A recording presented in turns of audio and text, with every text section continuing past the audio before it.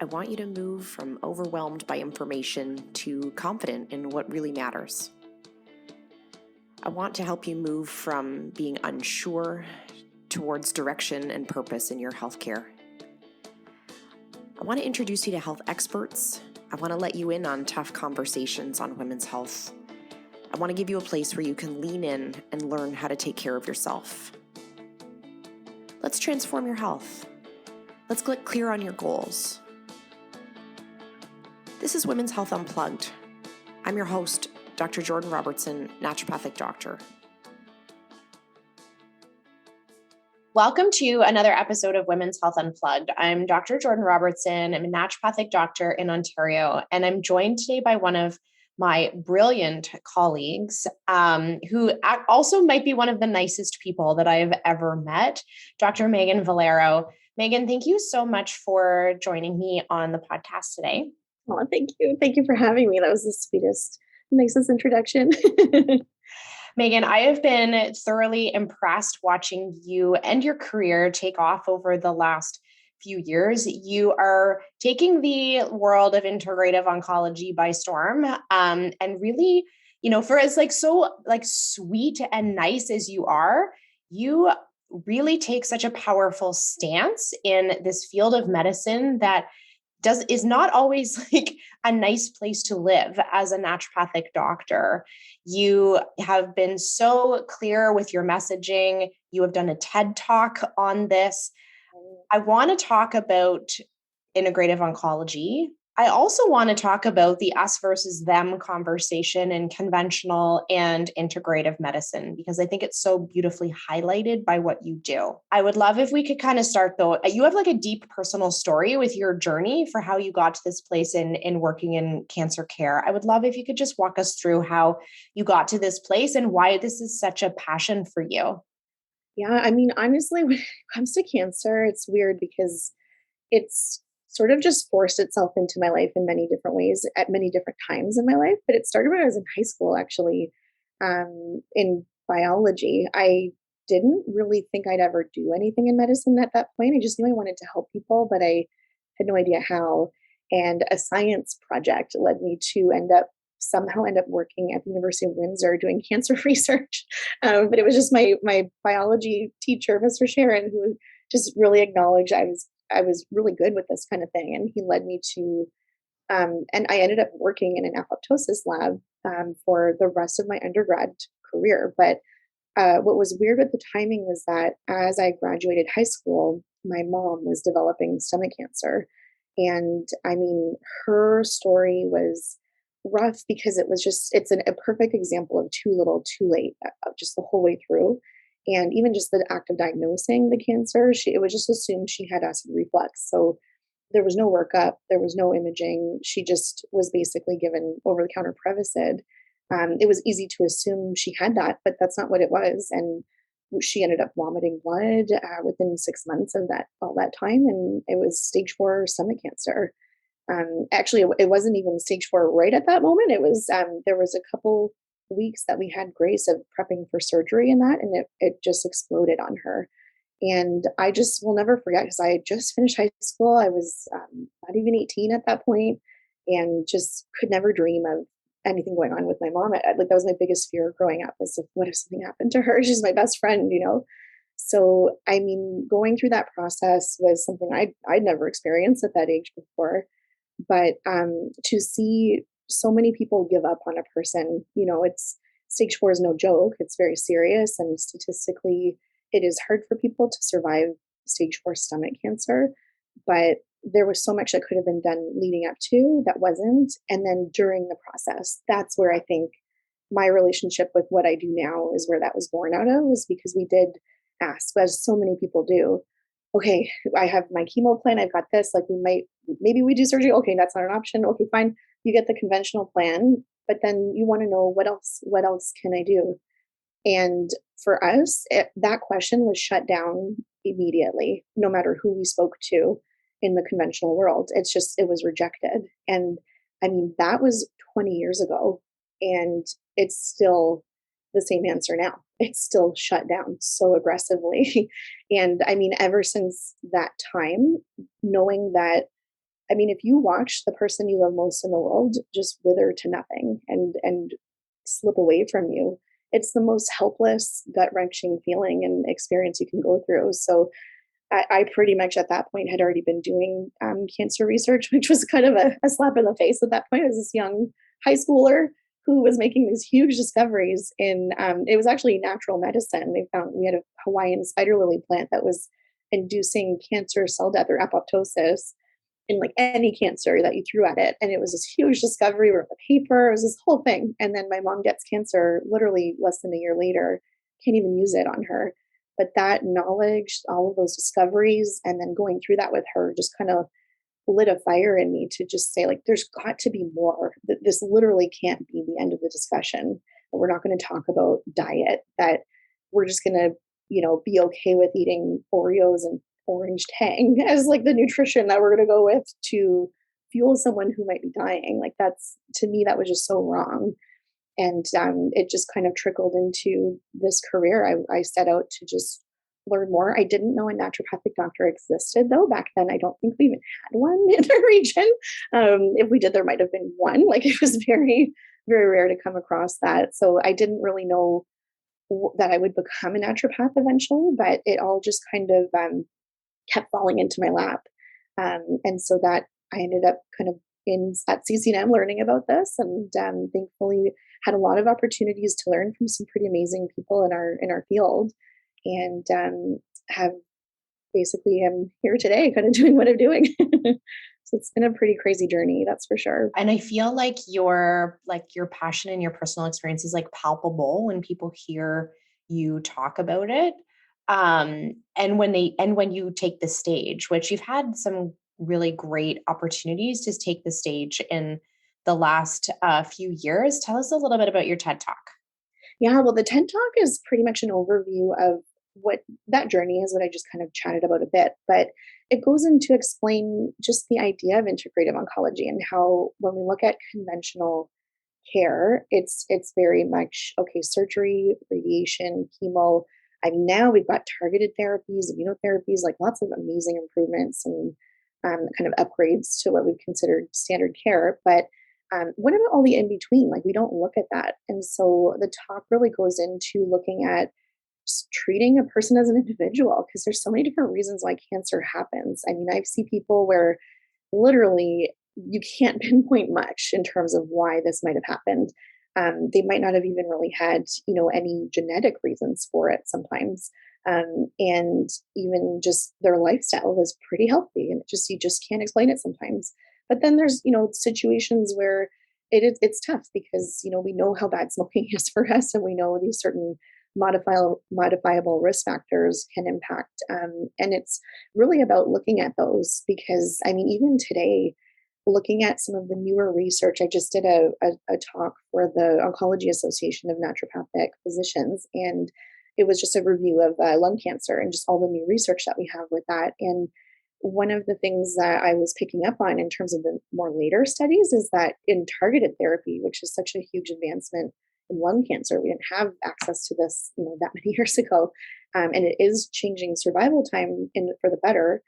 But what they're noticing is that some of these drugs don't really work that well if you also happen to be diabetic. And I mean, that is such a huge eye-opening experience that if you look at what, as naturopathic doctors looking at, we always say that it does matter what you eat and it does matter what your health status is and what other comorbidities you have. Like, we don't want to look at someone living with cancer goggles only and ignore the fact that they have other areas of their body that are maybe on fire right now. Those are important to look at and they can't really be ignored if you're really going to treat cancer successfully. Is if they're just going to end up, I always kind of think I like using fire as an analogy because people can really relate to that. But, if your whole building is on fire because you have cancer and you have maybe insulin resistance or diabetes or whatever the case is, or autoimmune disorders that are just completely out of control, then your whole building's on fire. Do you really want to sit in the next room lighting matches? And really, a lot of what we do is looking at that and seeing, like, how can we take the fire out? But what can we identify as something that you might be doing that's the equivalent of you lighting matches in another room? Like, we want to address that. And and really pay attention to it. And not surprisingly, when we do, that is one of the times that you'll see, like, we'll hear feedback from oncologists saying, like, wow, we really didn't think you'd still be here. Like, what you're doing is so amazing. Like, what are you doing? Suddenly there's an interest, but it's never really given much importance for some reason, which is very frustrating for sure. I want to talk about that theme of sort of being given up on, because, I think we can feel sort of like that, empathy for the cancer patient who maybe feels that way in their care, right? That they've reached sort of the end of the line. There's not a lot of treatment options left for them. I see themes of that in other, maybe less life or death areas of medicine, where patients feel, or they leave their appointments, assessment, and whatnot, feeling as though there aren't options to help support them. There's definitely that extreme example of that stage 4 patient who they really don't have a lot of other options that are being given to them, and that's going to shorten their lifespan. But that's not the only time we hear about that conversation in medicine, right? I think we often will see patients, even whether it's up with IBS or hormonal symptoms, and they say there's nothing we can do, right? And I would love to hear your perspective on like what that does to the patient when that's the answer. Well, it's soul crushing. Like, that's anytime the cancer is brought up, like, that's the immediate fear we all have when we hear that. It just seems so final and not really hopeful necessarily. There's just so much fear attributed. But yeah, I mean, there's so many examples I can give in terms of just what that does to a person's psyche. But I mean, at the same time, too, there's just so many facts that have to come with it. Like, at the end of the day, an oncologist isn't doing their job if they're giving false hope, but the delivery of the facts can be done in a gentle, kind of more empathetic way in many instances. And yeah, I think one of the biggest examples I've had is just one of my patients that I saw a couple years ago. And she's, fairly young, like, she's lots of life left to live here. And unfortunately, she was diagnosed with stage 4 pancreatic cancer. But I mean, when you hear that, like, I think a lot of people know, like, that there's not lots of hope to be had with pancreatic. It's one of the cancers I think we have the least improvements and advances in. It's the least amount of research being done, and really not much has changed in the past 10, 20 years in terms of how we treat it. So this poor woman was diagnosed stage 4. But the other thing too I like to think about is, what style of stage 4 are we talking? Like, is this person literally covered in cancer stage 4? Or is it what she had, which was that she had one tumor on her pancreas, and what's beside the pancreas? The liver. Like, it's literally just right over there on the side. So it did spread to the liver, but it was just beside it. It's its neighboring organ. There wasn't much else other involvement. It was just there.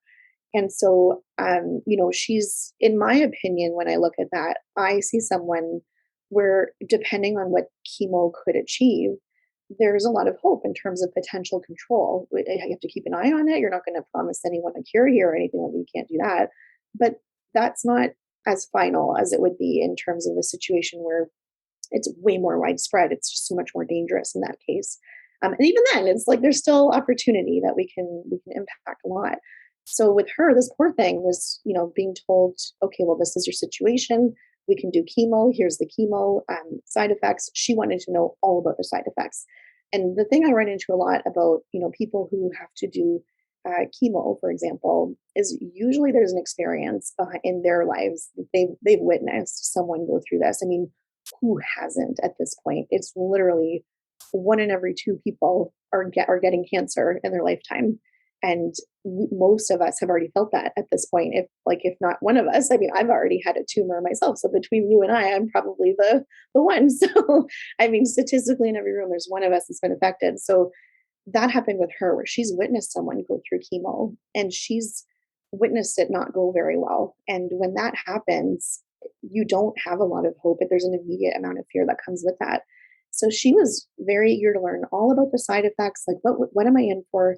How are you going to help support me through that? Like, she had a million questions, and he did not have a lot of answers. In fact, in this situation, which doesn't always happen, but did happen to her, it was almost like he was offended that it just felt like she was questioning what he wanted to do with her.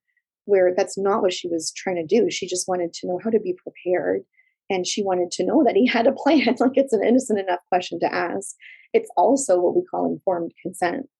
You're not supposed to just be told this plan and just go with it without asking anything. You're allowed the opportunity to ask, but there's often not a lot of time for that. So he really didn't, explore that with her. He got very offended and he shut it down, and he kind of overreacted, in my opinion. It was pretty brutal. And I remember when she came to my office for the first time. I mean, when people do come and I ask, how can I help you? What are your goals? Like, where do you want to get started? They're excited because they already know from what they've heard from other people who've recommended them to come. They know that there might be something more that I can do. And there usually always is. So they're usually very excited about that consult. She was not when she came in. And that's how I knew something had to be wrong with her experience, because she just looked very defeated and almost like, why am I even in this room? And when I asked her, that's actually what she said. She's like, I don't even know why I'm here, actually. And so when I talked to her about what his reaction was, he basically said in so many words, you're going to be dead by Christmas. So if you want to do chemo or not, like, if you don't really want this and you're so worried about the side effects, then just don't do it. And we'll leave it at that. And she was just so, what do you even say to that? How do you even react to that? The person that you're looking to maybe save your life, maybe, has just given up on you completely. And that was soul crushing to her. Like, she had no spirit when I met her. There was no point in even trying to fight, because he had made it almost seem like stupid to even bother, is essentially the feeling she had. And I'll never forget that, because that really stood out. In 10 years, I'd never seen anyone have that kind of an attitude about meeting with me. Like, usually it is very exciting for them. And I don't think she was expecting this, but most of our conversation that day was me telling her, like, I'm sorry, but I need you to go back and tell him, like, no, we're doing this. We're going to go ahead and do chemo, because I can give all the support in the world. But if we're up against stage 4 pancreatic cancer, we need that chemo. We need help. You need all the tools in your toolbox available to you. And we can't rely on just one side. We need to work together as a team. And that's another thing that I don't know if a lot of people realize, that as naturopathic doctors who work in oncology, like, we're not against chemo. We're not, we don't not believe in it. We're not, assuming that it's going to cause more damage. Like, a lot of times the only way to achieve success is to merge those two worlds together, but safely.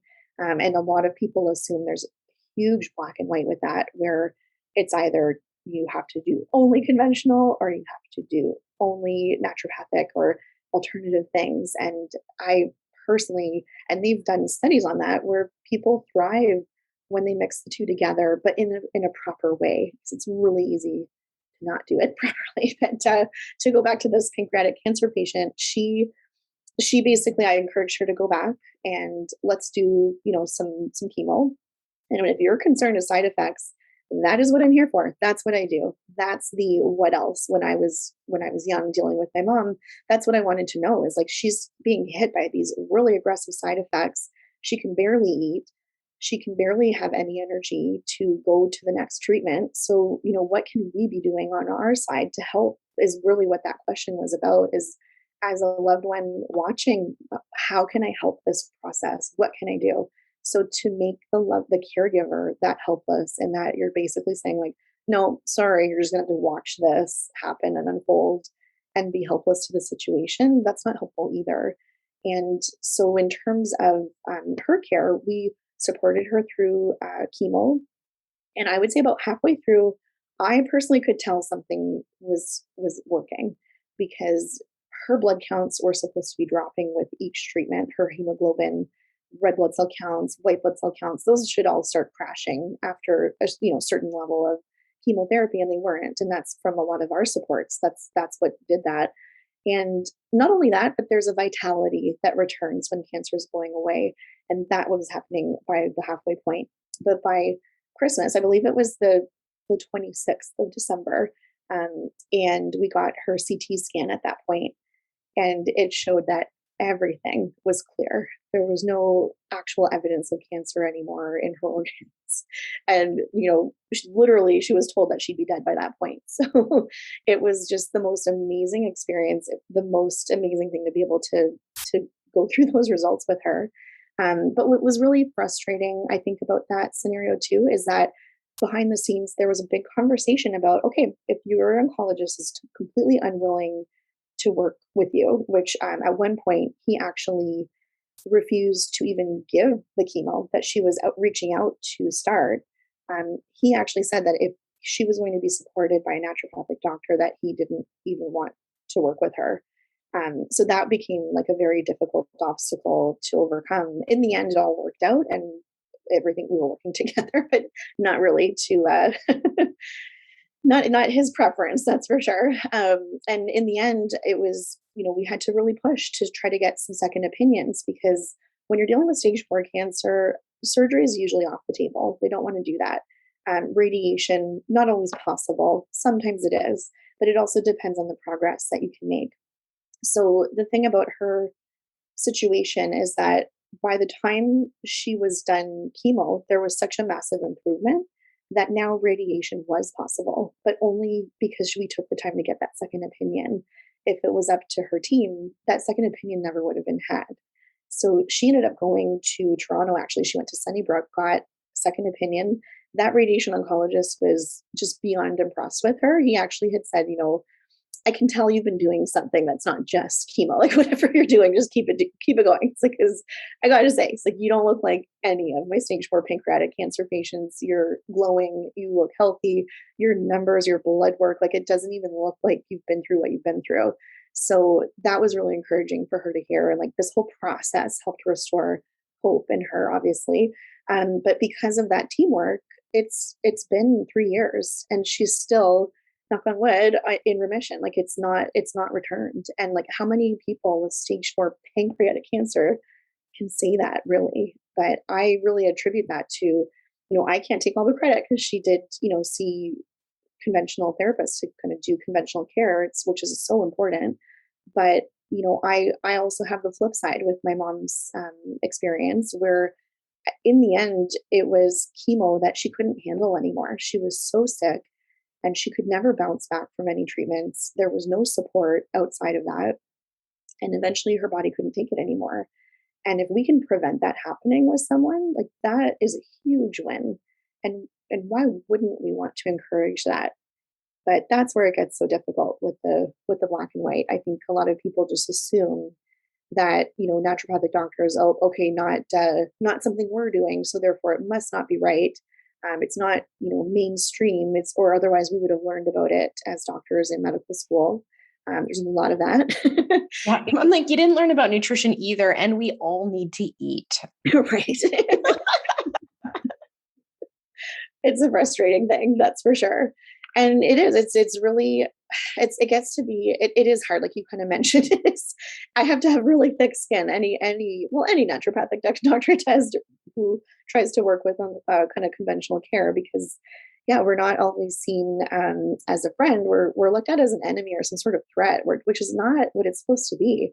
In a perfect world, like, we would be the perfect complement to each other, because we can fill in gaps that they simply were just never trained to fill. It's not part of the scope, and that's okay. Like, they're not supposed to do everything.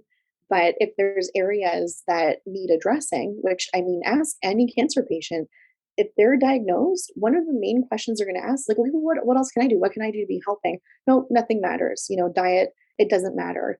I mean, there's just so much. That's such a loaded question too, because I mean, on the flip side of that, with diet, I mean, a lot of people will stress about, well, what kind of diet do I need? Do I need to be vegan? Like, I get that a lot. A lot of people swear, like, well, you can't eat anything with a face, or you're going to give yourself cancer, or you're going to get more cancer. I mean, like, that's not necessarily true either.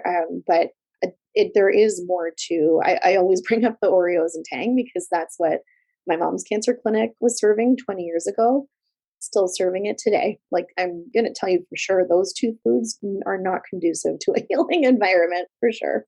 And we could be doing better than that. That's for sure. Yeah, I think I was going to ask you earlier, but I think you kind of like alluded to it as, like, how many times is part of your treatment plan encouraging patients to do what has already been prescribed, right? I know, like, in my experience, And I don't do a ton of cancer care myself anymore, but in my experience, like patients will bring you their, I mean, we don't carry around pieces of paper for prescriptions any longer, but they'll bring me the name of the medication or the little handout they've been given or the pamphlet and say, like, this is what I was offered. I'd like something else. And it's so often, and I think, the medical doctors would be shocked to know how much of the time I spend advocating for their treatment plan. Yeah, Right. yeah, I'm that's the like, part that hurts. It hurts. It hurts my feelings actually to know that, yeah, I'm rooting for their plans half the time. I'm basically convincing some patients to like, well, no, like you need this. Also, another one that's interesting to me is, because I mean,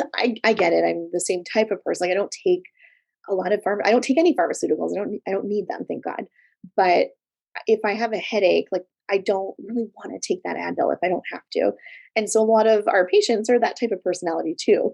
But like chemo is not really the time to not embrace the pharmaceuticals. Like if they want you to be on anti-nausea meds, like don't be a hero. Like you're just gonna hurt yourself if you don't stick to the protocol. Like those things are so important. I've had people try not to take the steroids that are required during chemo. It's like, no, you don't realize like that's to make sure you don't have some massive allergic reaction, like horrible adverse event to the chemo. Like it's pretty serious business. That's not the thing you should be skipping out on.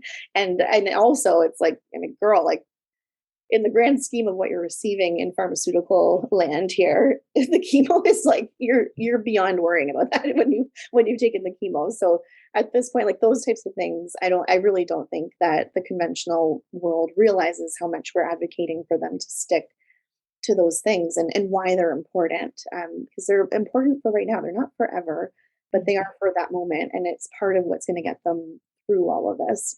And surprisingly, like even the nausea meds, sometimes the biggest change we can make is just encouraging sticking to those meds in a way that you're preventing the nausea as opposed to catching up with it. 'Cause the minute you try to catch up to nausea, that's all you're ever going to do. You're going to keep chasing it and you're never actually going to get ahead of it. So, unless there's a proper approach to that pharmaceutical, sometimes people just can't get around it. And if you can, it's not even existent sometimes for some people. So, that's like pretty massive because that nausea is what makes such the chemo experience so horrible for so many. I know I'm personally one of those people. If I'm nauseous, like I'm done. Like forget talking to me. I'm a write off. Like I will not, and that's how it is for a lot of people. So if you can get rid of that for someone, I mean that just transformed most of that experience of what it could have been, what it could have looked like, and how it could have felt. when I used to describe, and I say used to just because I don't do a ton of active cancer care, and I used to get my feelings hurt too by that exact same scenario that you just described. I recall a particular experience where I had convinced my patient to do the chemotherapy, and they really just needed to go through some of the numbers and talk. I always say like these are just numbers. Whether they matter or not is up to you, right? If we say this, does this by 30% or this by 17%? Like, are those big numbers or small numbers? Like it's not actually up to the practitioner to decide if numbers are big or small, or if there is Right. hope or isn't hope. That's actually the patient's decision, right? Right. Some patients will go like 50-50. That sounds amazing. And then some patients go 50-50. That sounds terrible, Right. Right. right? Yeah. And I had spent, an enormous amount of time, discussing statistics and absolute risk and relative risk and all the things with this particular patient, and said, like, look, this is like our best shot. This is what I need you to do. And I'd like you to take some melatonin, Right. right? And the patient, went back to their conventional care, called the office, canceled all their future appointments, said, yep, I'm going to go ahead with the chemo. My oncologist doesn't want me to continue with you. And I was like, isn't that interesting?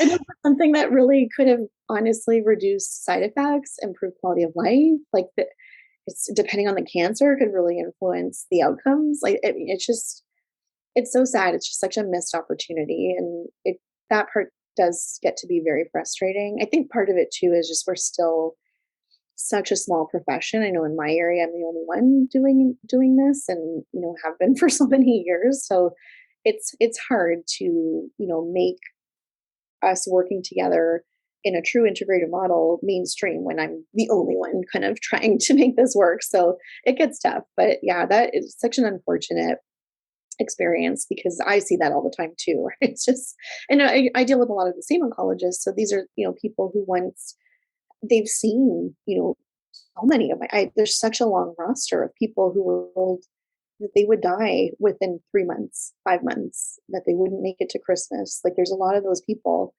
and it's 3 years, 5 years, 7 years, and they're still here.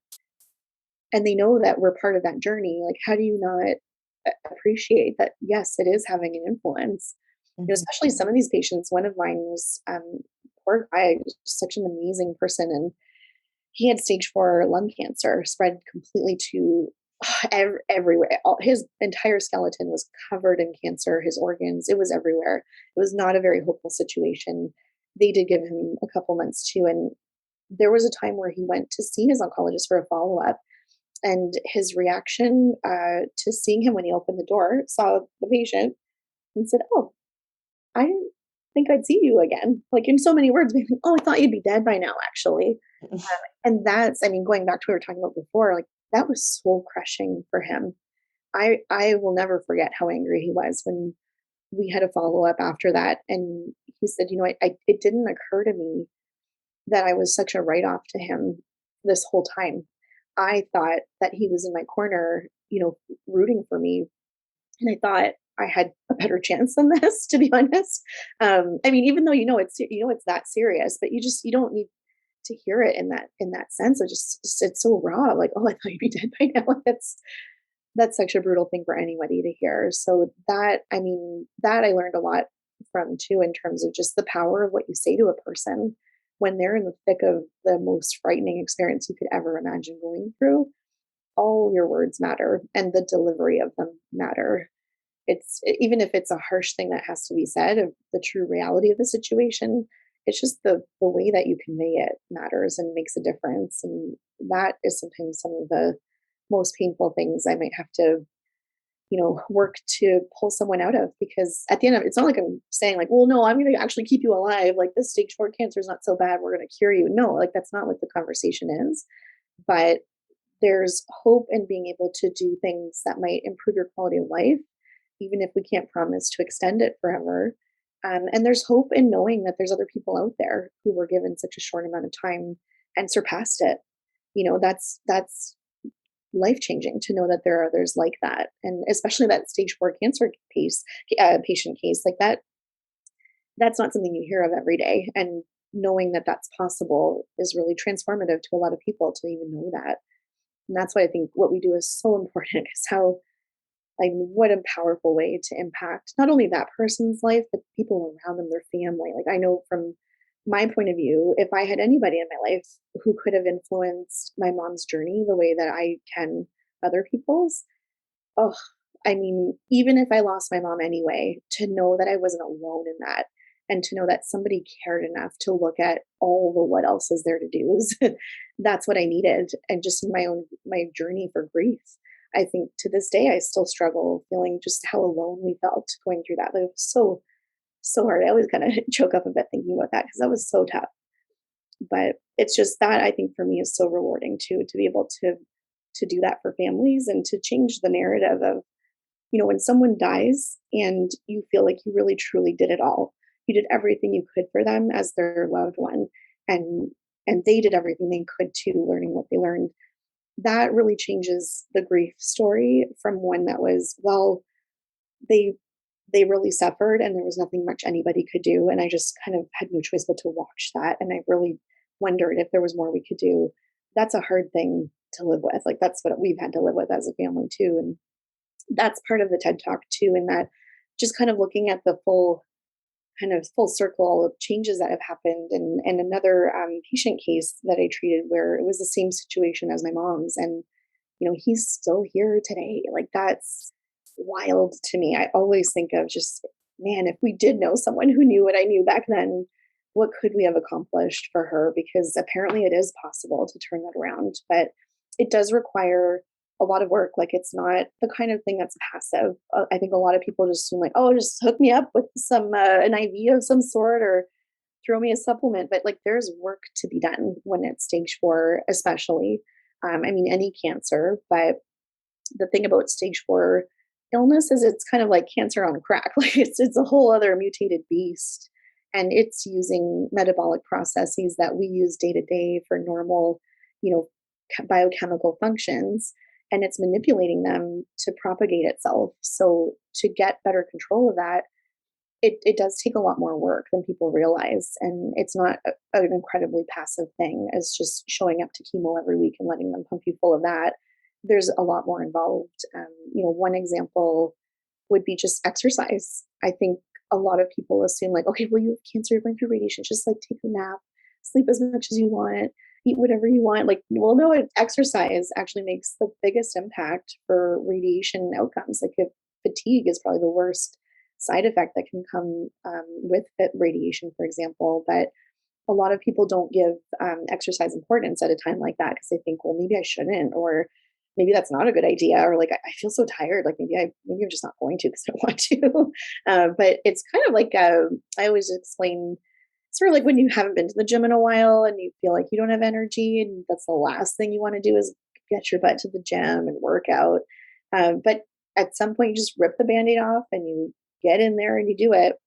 And suddenly there's all this energy to be had. Like it's, you don't know where it came from, but it's because of the workout. And I always tell people like it's, if you demand something of your body, it's a miraculous thing. It will find a way to rise to the occasion. And the same is true with chemo, radiation, and all of these therapies is if you tell it that you need it to perform at a certain level by continuously exercising, and literally we're just talking about a brisk walk, like it doesn't have to be intensity interval training, or like we don't have to buy a Peloton. Like it can just be a very simple brisk walk, but it has to be every day. And it's got to be 30 minutes at least. And that kind of thing makes an impact. But not a lot of people realize that. So that's another way that we can truly affect some change. Again, like I could listen to you talk about this for hours. And I think you probably could talk about it for days because you're one of the most knowledgeable people that I've ever had these conversations with. And I just love that you've got such a beautiful mix of like the science, right? You're hardcore with the science, which of course that's my love language. And so I always appreciate, but the softness and compassion and empathy that you have as you approach those stories and even like taking the science and then trying to turn it into something that is a practical understanding of how people can be like these autonomous, like a force in their own journey, right? Like that's really what you're doing is you are taking a thing that we actually know in medicine matters, right? If we take away all of people's control, they don't do well. Right.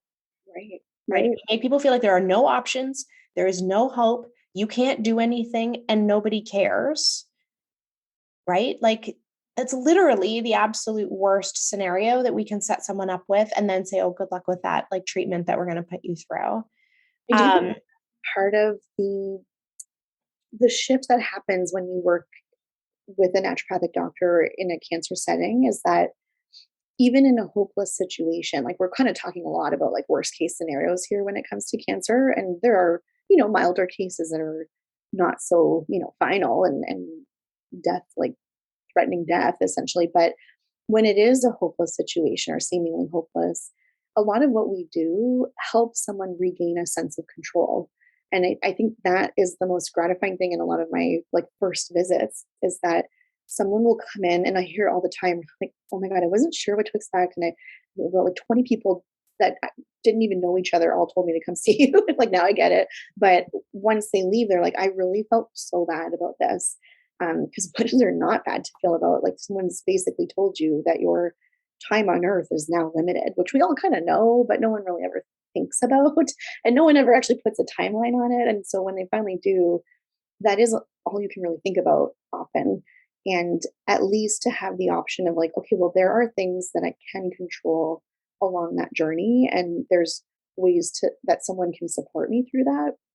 There's something that's regained in that process that really does lift the spirit up. And I see it every time at the end of a first visit where, you give them a couple very simple things to do. And it's just the fact of knowing, like, when it comes to mouth sores, like, I don't know many of my patients that even never get those anymore when it comes to chemo because we can prevent that so easily. And for people to know that, like, yeah, I probably won't get that throughout my process. because I have a pretty solid and wickedly awesome way to prevent this, and that won't interfere with anything. Like, amazing. Like, that's just so valuable. And I mean, even to see, I know one of my patients, the poor thing, she had kind of come in after chemo was already done. And she's young, like young in her 30s. And her issue was having to return back to work after having breast cancer and going through all the things like she did, all the treatments. And she could barely recognize herself. She's like, I am in my 30s. And she's like, I feel like I'm in my 80s. And I don't want to live the rest of my life like that either. And I mean, that's a whole other breed of issue that I think, a lot of naturopathic doctors deal with, but especially in cancer. It's, what do you do with people who were kind of expected to maybe not live that long, but they are?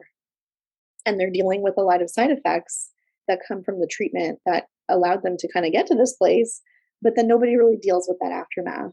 And that's a whole other subset of what we can do in integrative oncology, is just really helping to help people cope with that and to get rid of a lot of those things. And I mean, that patient in particular, I remember it was kind of like a 6-month plan that we put her on. And by the end, she had so much energy. And she's like, I'm so ready for work. Like, I actually feel better now than I did before even I got cancer. And that's really the goal. It's like, we don't need to live with like the average of just subpar living, where we're not even aware that we could achieve optimal levels. Like, that's what we're really all about. And that's, for me, it would have been a dream with everything that we went through with my mom, is to get her over that hump. But like, even if we had, I don't think my mindset would have ever been in a place where we would be able to get her feeling better than she did before she had cancer. But that's the kind of stuff we see all the time, is people living with stage 4 illness who we hear feedback that they don't even look like they have cancer. Their blood work doesn't even suggest that they might be going through chemo. Like, people are just dumbfounded when they realize, like, well, what? You have cancer? I'll never forget, one of my patients too is actually had been my mom's best friend for years. And unfortunately, he got brain cancer. And I'll never forget, a patient was in my IV room and ran into him. Well, just saw him getting treatments every week and knew, oh, okay, I kind of recognize what that's more for cancer. And like, this guy didn't have cancer, but he saw him every week. And one day kind of pulled me aside. He's like, I know you kind of can't really answer this. It's not really like privacy violation, but don't even tell me that that guy has cancer. Like, you can kind of deduce. And it's like, well, I can't really answer that. But if you talk to him, like, he's really open about, sharing his story, and he'll talk your face off for hours about it. But he just couldn't believe it. He's like, he looks healthier than everybody here. Like, he's like, I run marathons, and this guy is like, I hold nothing to compare to him. It's amazing. And that, I mean, that's just such a gift to be able to create that for patients, but not even, it's teaching them how to do it for themselves, really, is what it comes down to. I'm so grateful for you to share, Meighan, because I see so many parallels in your work and in what we see in regular care, non-cancer related care.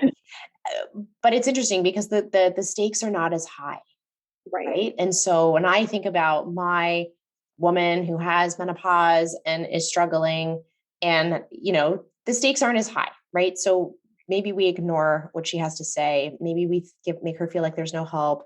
Maybe we make her feel like there's nothing that she can do, right? And she, feels probably awfully similar to your patients. It's just that she doesn't, it's not life limiting, right? And so, but there are these parallels of what you do in all aspects of integrative medicine versus conventional medicine, if we even want to say that.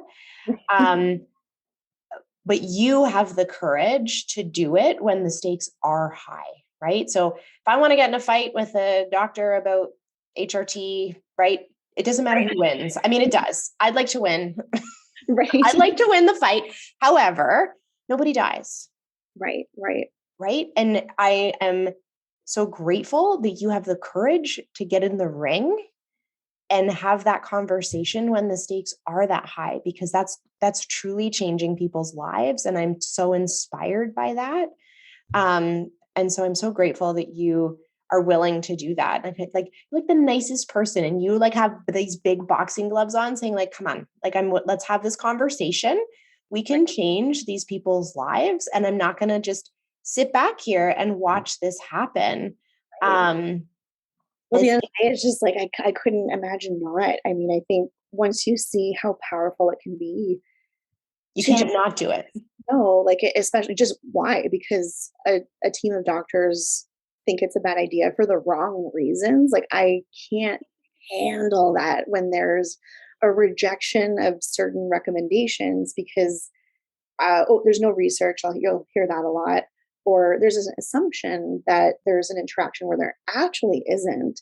And certainly not in a way that would interfere with anything that we're doing. Like, why would I go to school for 1,000 years to recommend these things? Just why would I do that to a And person? why would we recommend something that was going to make them worse? That's always the part that I'm so confused about. You're like, are we on the same team, friends? Right. Like, I don't, that's the part that's just, that gets very insulting. Like, well, why would we do this if we hadn't seen in clinical practice that it obviously helps? It's like, watch their blood work week to week.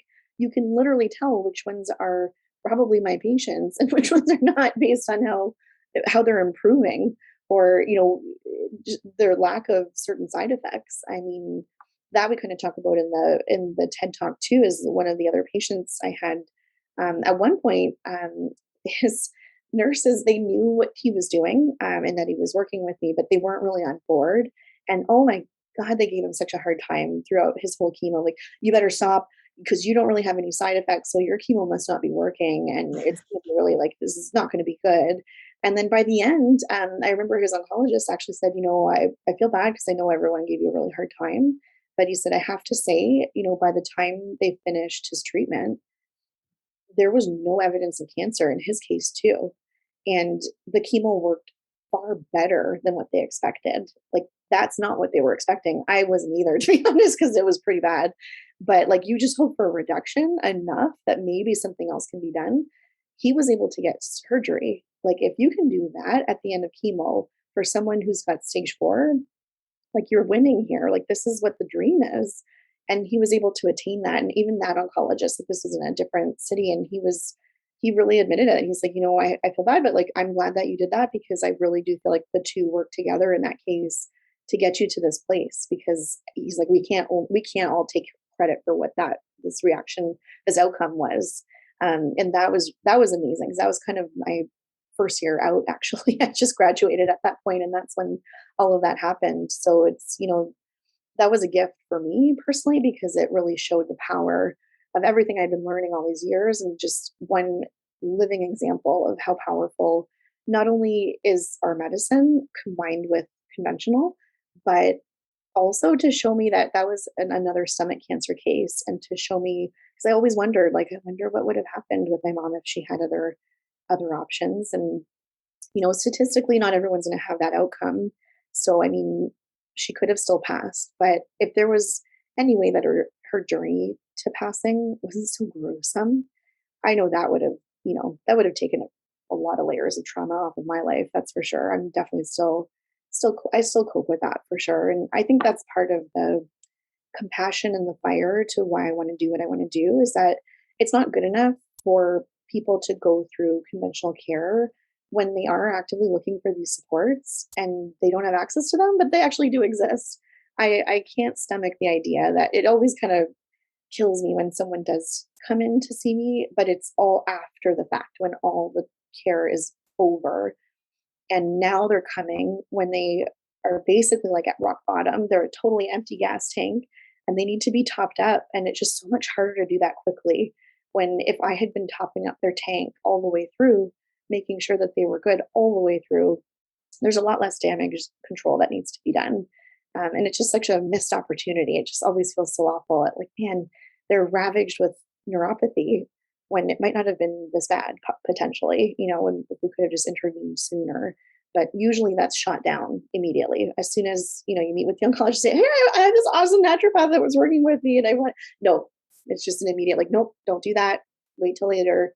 And I get it. I mean, at the end of the day, I think what people need to understand is there is a lot of stuff that can interfere with conventional care. There's a lot of things that, depending on who you're seeking advice from, it might not be very good advice. Like, it is very risky actually, but people that have training the way I do, that's literally what we went to school for. It's what we did all this extra learning for, all this extra research. And It's to know what works and what doesn't. And that's through actual research and evidence-based medicine. And some of it's just from like a collective of, 30, 50 years of experience from all these other naturopathic oncologists that know what works and what doesn't. And we have that. Like we can actually say we have that where we really didn't have that not that many years ago. So it's such a shame when people don't either know that these are options or know but don't access them because it's shot down for the wrong reasons. Meighan, I'm so grateful for your time and for you sharing your gift. How can our listeners get in touch with you? We're definitely going to share the link to your not podcast, your TED Talk in the show notes. But can you just describe a little bit more about how you serve people in Ontario and how people can get in touch with all the other things that you do? Yeah, absolutely. Yeah, we have the clinic is Valero Wellness. We're in Windsor, Ontario, and yeah, we can you can call the office. We have our website is valerowellness.com, and we I am on social media. I have my own Instagram is Dr. Valero, and then we have one for Valero Wellness as well.